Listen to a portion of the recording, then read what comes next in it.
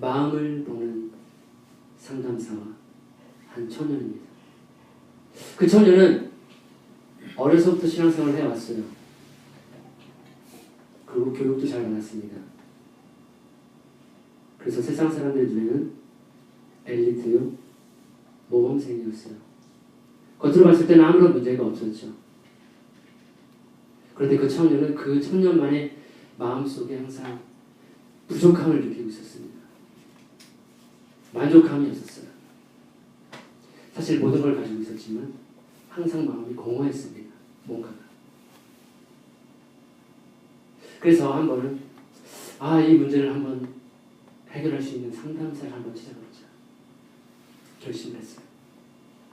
그래서 그 청년이 찾아간 상담사가 바로 마음을 보는 상담사였습니다. 그 청년이 상담사에게 갔어요. 가서 이제 질문을 드리는 거죠. 선생님,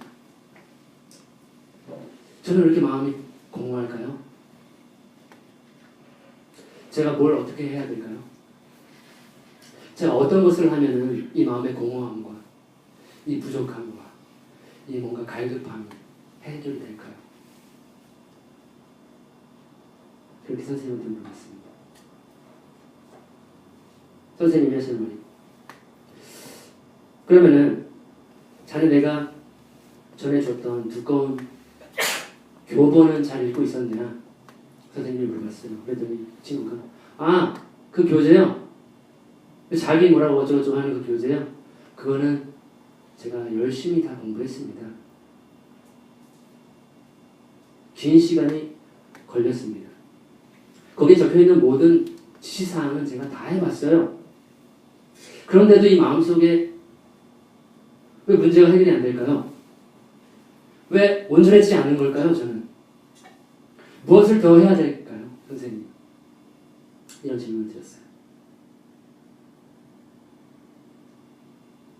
그래서 선생님이 하신 말씀, 그래, 자네가 열심히 한 것은 너도 다 알고 있네. 여기서 기록된 모든 교재에 기록된 모든 내용들을 다 열심히 숙제하고 이행했던 거 다 알고 있네. 그런데 사실 중요한 한 가지를 너가 당신이 놓치고 있네.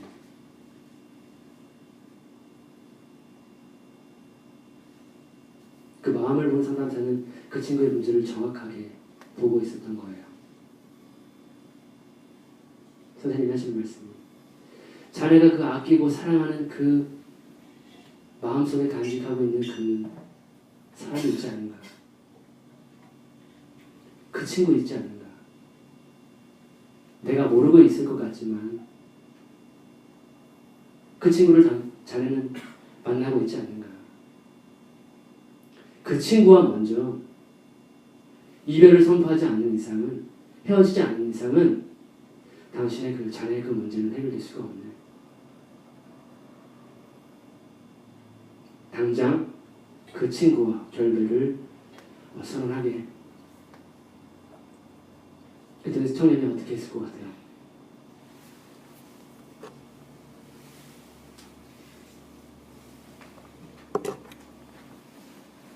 심히 근심했어요. 너무나도 고민을 많이 했습니다. 내 전부인 그 친구를, 그 사람은 내 삶의 이유인데 이것을 해결하려고 하니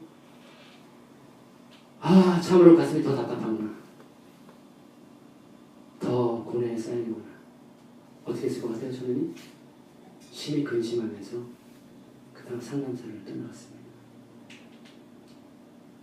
그 청년이 만났던 그 친구의 이름이, 그 여자친구의 이름이 오늘 성경에 등장합니다.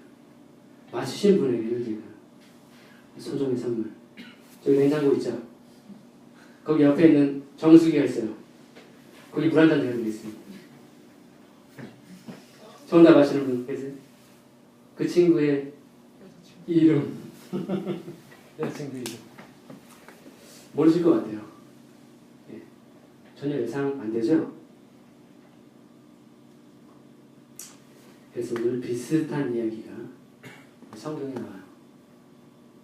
여러분 성경 마태복음 19장을 한번 펴보시기 바래요. 마태복음 19장입니다. 억지라고 하면 어쩔 수 없고요. 제가 생각할 때는 너무 비슷해요. 마태복음 19장 16절부터 22절까지 살펴볼 텐데요. 이 본문에는 부자 청년이 등장합니다. 그는 부자였어요. 그리고 젊었습니다. 그리고 관원이었어요. 통치자였어요. 젊은 나이에. 한마디로 성공한 사람이었어요. 이스라엘 사회 가운데에서. 그러나 한 가지 채워지지 않는 무언가가 있어요. 그래서 예수님께 찾아와 엎드려 질문을 드렸습니다. 16절 제가 읽을 테니까요. 한번 따라와 보세요. 눈으로. 어떤 사람이 주께 와서 가로되 선생님이여 내가 무슨 선한 일을 하여 영생을 얻으리이까? 예수께서 가라사대 어찌하여 선한 일을 내게 묻느냐? 선한 이는 오직 한 분이시니라. 내가 생명에 들어가려면 계명들을 지키라. 가로되 어느 계명이 오니까? 예수께서 가라사대 살인하지 말라, 간음하지 말라, 도적질하지 말라, 거짓 증거하지 말라, 내 부모를 공경하라, 내 이웃을 내 몸과 같이 사랑하라 하시는 것이니라. 그 청년이 가로되 이 모든 것을 내가 지키었사오니 아직도 무엇이 부족하니까? 예수께서 가라사대 내가 온전하고자 할진대 가서 내 소유를 팔아 가난한 자들을 주라. 그리하면 하늘에서 부하가 내게 있으리라. 그리고 와서 나를 쫓으라 하시니 그 청년이 재물이 많으므로 이 말씀을 듣고 근심하며 갑니다. 예수께서 제자들에게 이르시되 내가 진실로 너희에게 이르노니 부자는 천국에 들어가기가 어려우니라. 질문에 대한 정답 발견하셨나요? 이 청년이 가진 문제의 원인, 그 여자친구의 이름이 무엇인가요? 연예인 이름하고 좀 비슷한 것 같은데 제가 봤을 때는. 아시는 분? 소유.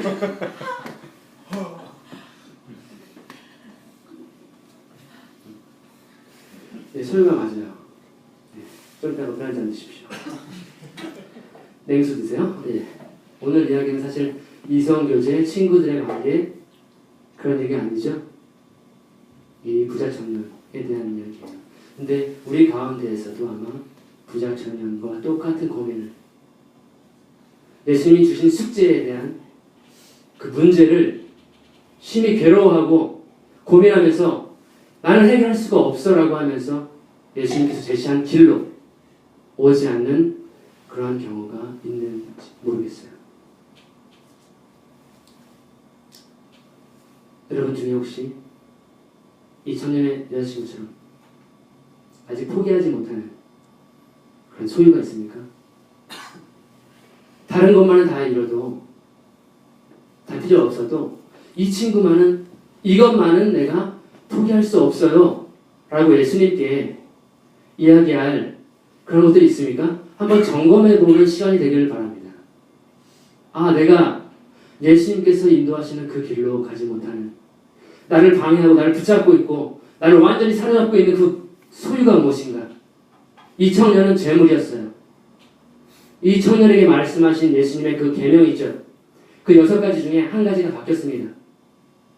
내 이웃의 집을 탐내지 말라는 것이에요. 탐심이었어요. 근데 이 친구는 그 재물이 많으므로 그 탐심을 포기할 수가 없었어요. 다 갖고 싶었던 거예요. 그 재물을 포기할 수가 없었어요. 여러분 중에 혹시 이거는 포기할 수 없어 라고 하는 것이 있다면 예수님의 말씀처럼 그걸 다 버리고 날 따라와라. 날 따라올 수 없냐. 그 청년에게 제시한 예수님의 그 제안은 사실 그 재물보다 뛰어난 거예요. 그 많은 재물보다, 내가 좋아하는 사람보다, 내가 좋아하는 무엇보다, 영생보다, 영원한 생명보다 더 중요한 것은 없습니다. 그런데 재물 때문에, 그 친구 때문에 그 영원한 생명의 길을 포기하는 그런 우를 범해서는 안 될 것 같아요. 혹시 있나요? 난 이거 포기할 수 없어라고 하는 그러한 것들이 있나요? 소유가 있나요? 이것만은 절대 안 돼.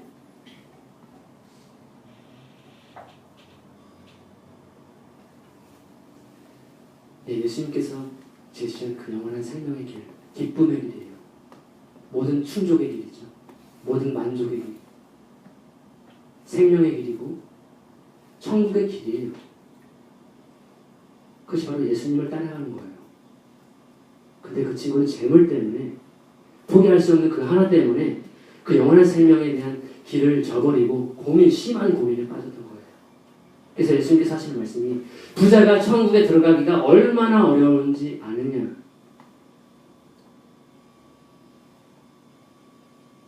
라고 질문을 던졌던 거예요. 혹시 여러분 중에 우리 가운데 아직 포기하지 못하는 그러한 친구가 있다면, 그러한 것이 있다면, 물질이 있다면, 나를 붙잡고 있는 그것이 있다면 지금 당장 버리시고 예수님이 제시한 그 길, 영원한 기쁨의 길,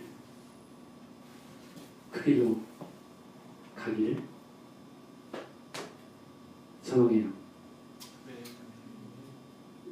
오늘은 여기까지 할게요. 마지막으로 한 번 더 찬양 드리고요.